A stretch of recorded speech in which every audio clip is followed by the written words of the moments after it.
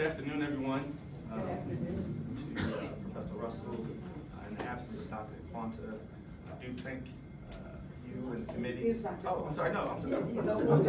I apologize. The mask kind of threw me off a little bit.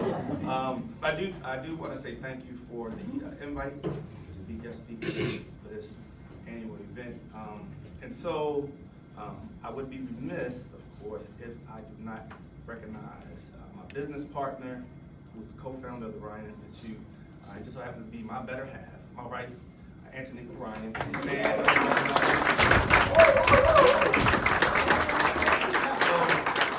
also a Morgan alum. We met here in the spring of 2001. And so and then we started dating in the spring of 2002. All right. And so since then, she has been attached to me, and I've been attached to her.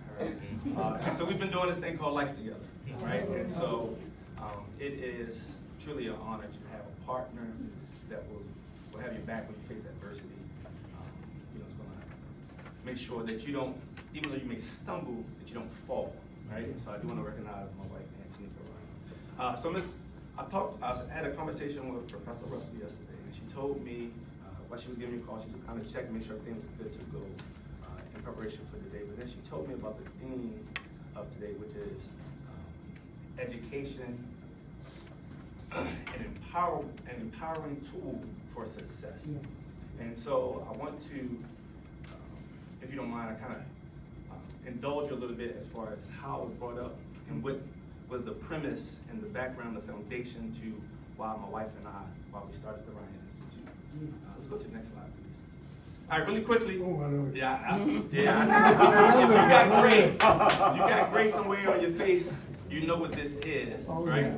I see some of the students, they have a blank look on their face, all right? By show of hands, how many of us know what this tool is? All right, so we got a couple people. Actually, we got more people that do not know what it is. Keep your hands up if you know what this is. How many of us know how to use it? Right. So then the hands goes down. So what happens is this, right? This tool is called a slide rule, right?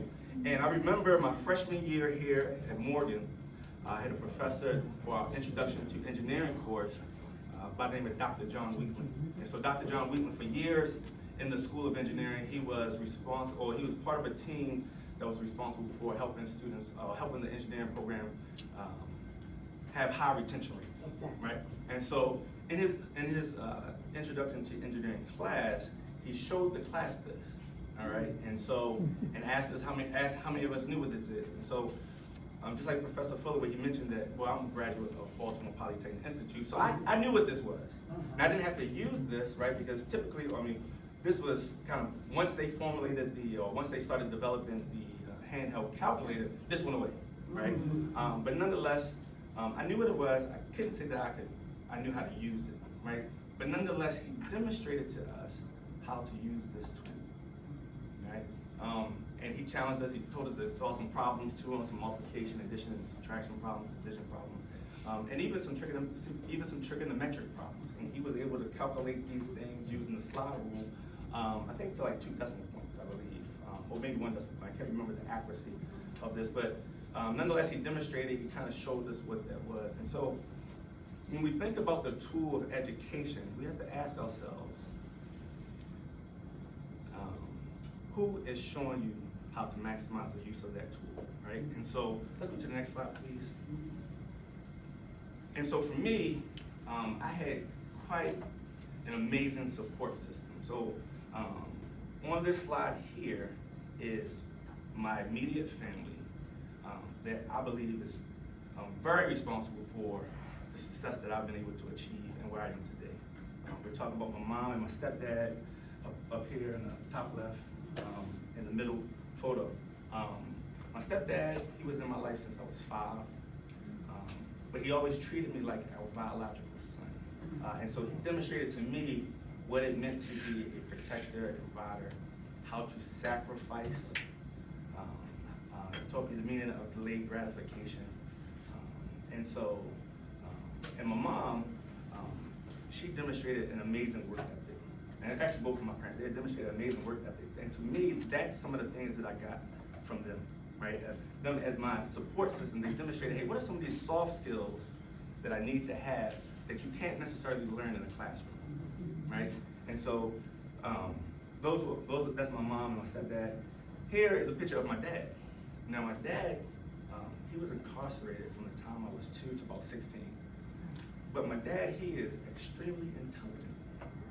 And it's crazy because, you know, he was incarcerated here in Maryland, in what's known as Jessup, Maryland. And so my grandmom, his mom, would take me to see him every week. And so I always had a good relationship with my dad, even though he was incarcerated. But one of the things that I took from my dad was this: he was never a victim of recidivism. I mean, once he got out of jail, he stayed up. He worked really hard. And so to me, what he demonstrated to me was resilience and tenacity, right? Because here in Baltimore City, you're talking about recidivism rate that I believe it supersedes like 60%. I mean, once someone goes into jail, whether they are a youth or an adult, they're going right back in. And so my dad, he would remind me every time I would go visit him, he would always say, "Don, you're way too smart to end up here. Always push forward, overcome adversity." And so I'm grateful for my dad for teaching me that lesson over the years. This bottom photo here is of my grandma. I'm sorry. Is of my grandma. She's Morgan class of 1952. Oh, yep. This is us at the alumni dinner, I think about 2 or 3 years ago. And so she just turned 94 years old. Wow. And if it was not for COVID, she probably would still be moving around. But when we were locked in the house, it slowed her down a little bit. But but from my grandma, what I got from her was how to be spiritually strong. She also pushed the fact that getting a college degree was extremely important. And so I'm very grateful for my grandma. And then in the middle here, these are my mother's brothers and her sister, right? And so when we talk about it takes a village to raise a child, this is where I come from. And so many people that was around me, they showed a lot of love, they provided a lot of guidance, a lot of lessons, and more importantly, they just shared their wisdom with me. And so I'm a firm believer that I would much rather learn from someone else's mistake than to learn from mine, all right? And so for the students in here, I'm hoping that you kind of grasp that lesson. If you can learn from someone else's mistake instead of your own, what that does, that saves you a lot of time, a lot of energy, a lot of heartache, and more importantly, a lot of money. And so that's what I learned here. And then this last photo, Professor Fuller, he might recognize this gentleman. His name is Sam Brown. Sam Brown is a Morgan alum as well, class of 1965. But he was my professor, he was my teacher at Baltimore Polytechnic Institute. He was my 9th grade teacher. He taught us algebra. At that time, we did algebra 2. So he was my algebra 2 professor and teacher when I was in 9th grade. But he did something that no other teacher ever done. We were probably about 2 or 3 months into the school year, and he called my house and told my mom and stepdad that he was extremely proud of me and that I demonstrated what a student was supposed to be. I was well-mannered, I came in there dressed appropriately, always ready to learn. And so he was the first teacher that had ever called my house to give me some type of accommodation. And that stuck with me. So every time I saw him, I never wanted to disappoint him. I always wanted to make sure that he was able to always commend me for the things that I did. And so those are things that kind of stuck with me.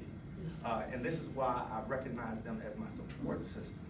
And so for the students that are in here, my question is, who's part of your support system? Right? Who are the people that's going to impart some wisdom, love, and care to you so that you can continue to do this thing called life? Because for those of us that have some gray hair on our heads and our face, right, we can tell you that life can be very difficult, right? And so you need that support system in place to be able to keep moving. And so let's go to the next slide, please.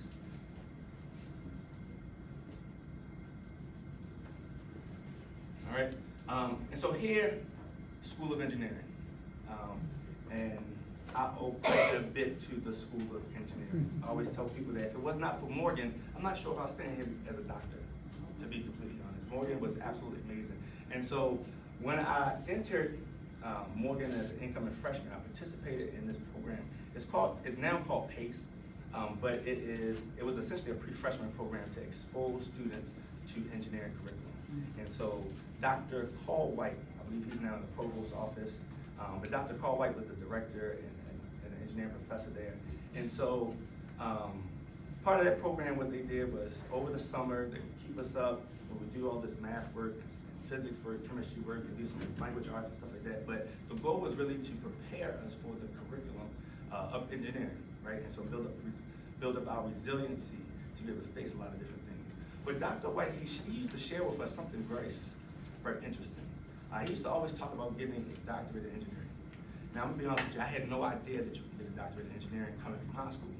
And so what he did was kind of give me a little bit of that exposure and plant a little seed that little did he know would germinate a little bit later, right? And so at the School of Engineering, Dr. White was one of those pivotal points and pivotal people that I came across that helped shape my life. But now also in the School of Engineering, they used to have something called AMI, which I believe they still have there, but it's Advanced Minority, Advanced Minority Interest in Engineering. And so one of the things they used to have there was from Tuesdays through Thursdays, and on Saturdays, we would be able to volunteer our time to tutor students that would come that needed some support in math and science. And so from there, that's where I really learned the importance of giving back, utilizing what I know to help others. And so, next slide, please. And so now it brings us to the Ryan Institute and how it got started, right? And so my wife, when she graduated from Morgan, she started teaching at a school called Tench-Tillman Elementary School. And if anyone is familiar with the area in Baltimore, this is what we call down the hill. And down the hill is a low-income area, had high crime at the time. And so she taught there for about 10 years. She taught there. And while there, we started a club called Jewels and Gems. And the goal behind that club was simply to, not just simply provide academic tutoring, but really help students develop their mindset, right? And develop some of their soft skills. Now, for those of us that are a little older in the room, right, we recognize that adversity is gonna happen. We can't avoid it. It's absolutely impossible to avoid it, right? So you need some of that tenacity, some of that persistence to overcome some of those things. And so that was the premise and the goal behind the development of the Jewels and Gems. And as you can see, it tells us, many say that this is a Frederick Douglass quote, but no one's exactly sure. But it says it is easier to build strong children than to repair broken men, right? And so that's why our job as educators, as mentors, as advisors is extremely important. See, what we're trying to do is develop these strong children, these strong students, so that when they face life or when they get hit by life, they're not going to fold under pressure, right? It doesn't matter how much intelligence you have, right? It doesn't matter how much even wealth that you have.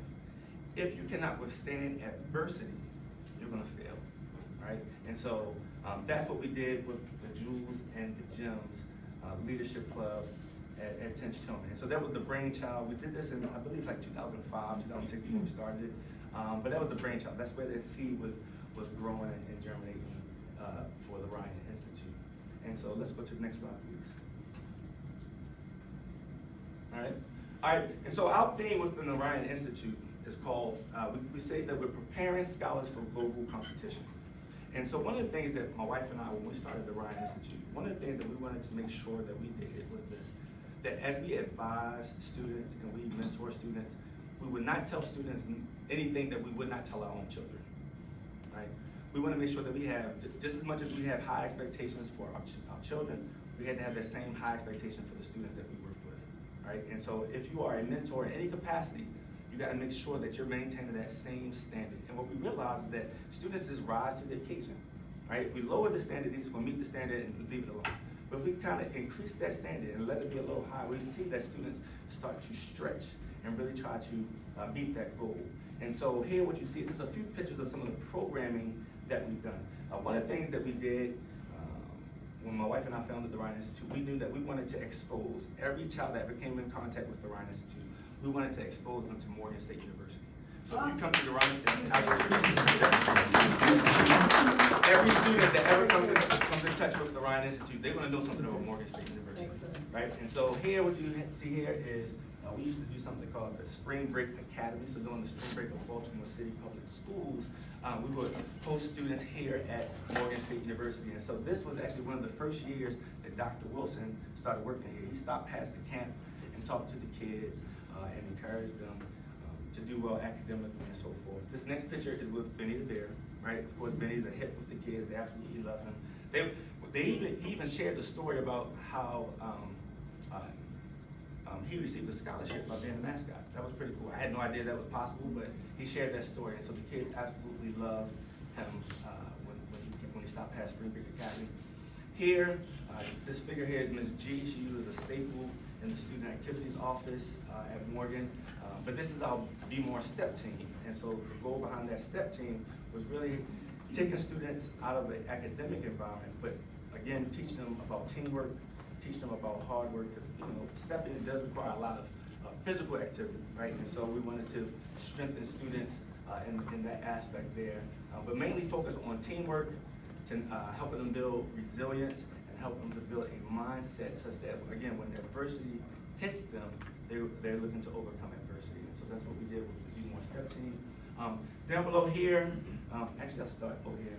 So down in the lower left-hand corner, that's what we call our Boys to Men Conference.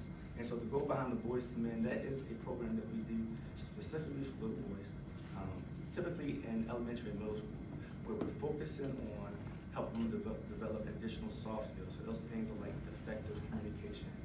Effective communication is important because typically if you communicate effectively, you can minimize what conflict. Like if you really think about the conflicts that we have, typically it's because the way someone says something to us, right? We don't like their tone or anything like that. And so we talked about effective communication. We talked about conflict resolution. In that picture there, we teach them how to tie ties, show them the importance of their appearance, right? Whether we like it or not, our outward appearance, people judge us by that, right? And so it's important that our young men have the ability to, just as much as they can put on a jersey and sweats and so forth, they have the ability to put on a shirt and tie and a jacket. And so that's what that picture is here. This middle picture is a picture of us at a community event in Baltimore City. This took place at Skate Lane. And so what we realized over the years is that working with students is fine, is nice, but you gotta get the parents involved as well. So that family engagement is extremely important. And so we do community engagement events, we do family engagement events and stuff like that. And then this last picture here is working with one of the students in the engineering building, actually one of the high school students that we work with, and doing some SAT prep. One of the reasons why I'm really passionate about the test prep is because one of the reasons why I came to Morgan was because of my mom's wisdom. My mom once said to me when I was graduating from Poly and I wanted to go to Drexel. I visited Drexel in Philadelphia. I love the city. I love the university. And so I said, I want to go there. But the problem was financially we couldn't afford it. Now Drexel, they gave me a scholarship, but I still had to pay $10,000 per year. And so at that time, Morgan actually gave me a full scholarship. And so my mom stopped and she said, Dontae, why would you go to a university and have to pay when you go to a university for free when you're going to study the exact same thing? And so literally from the time I graduated from high school to the time I got a doctorate degree, I've never seen a student loan. I don't even know what the process for a student loan is. And why is that important?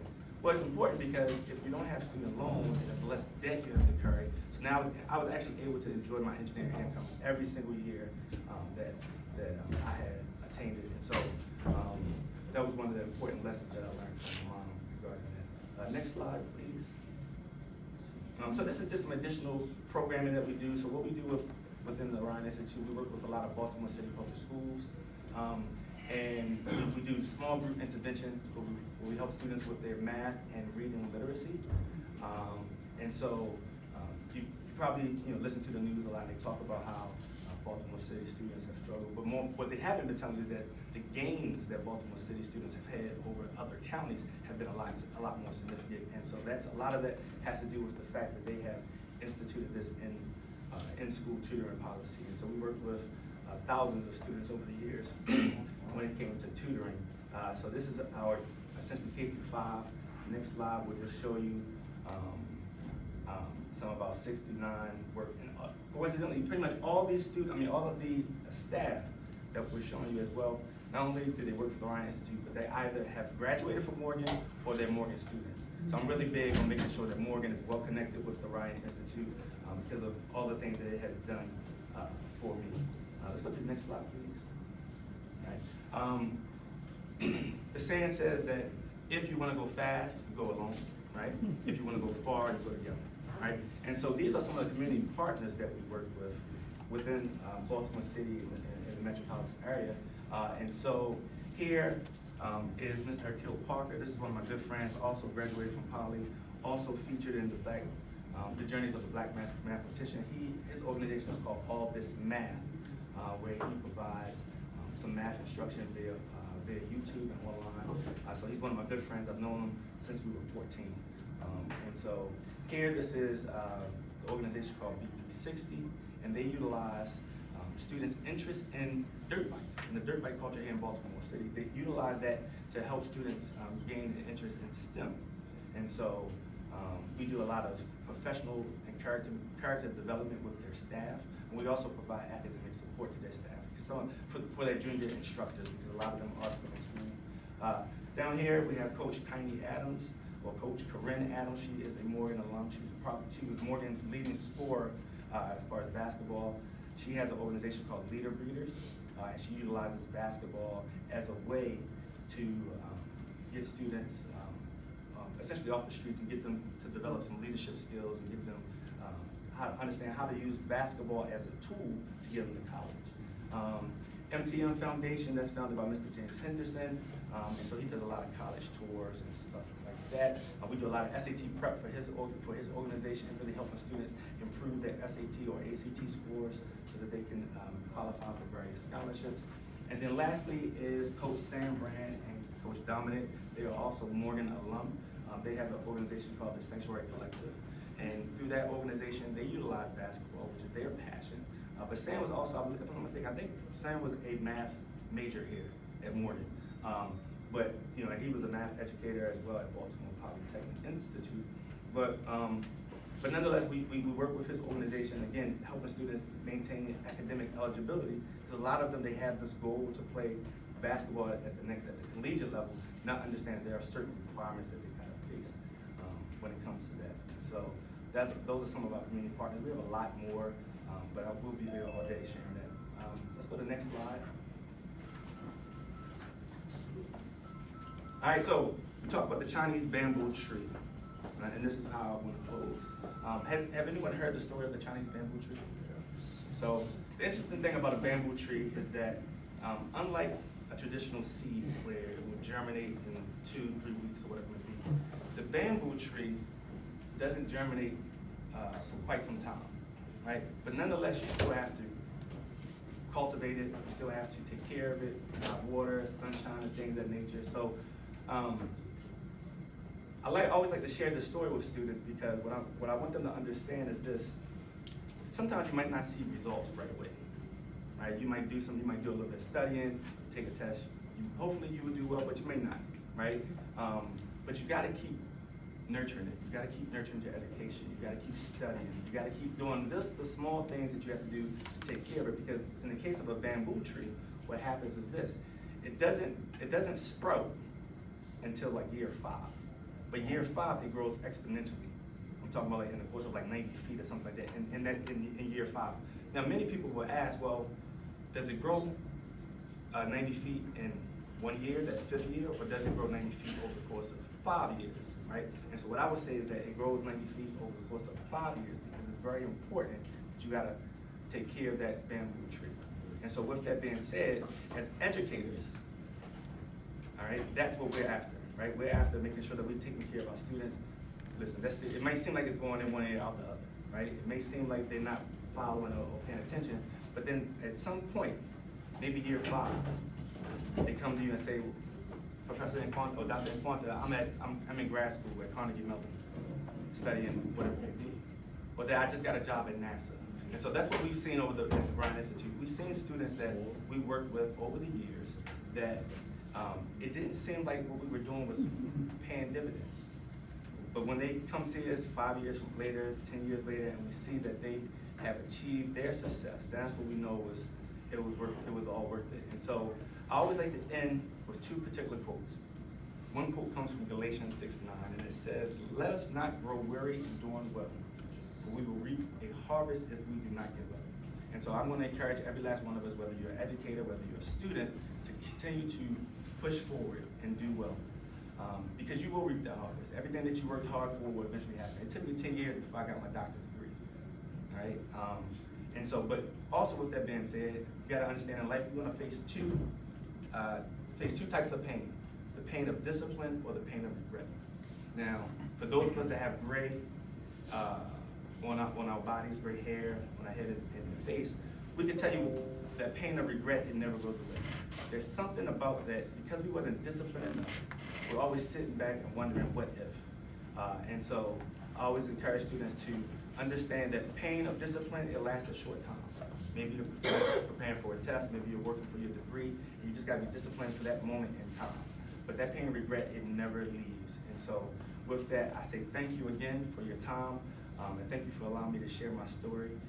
And I'll open the door for any questions or anything like that. Anybody have any questions?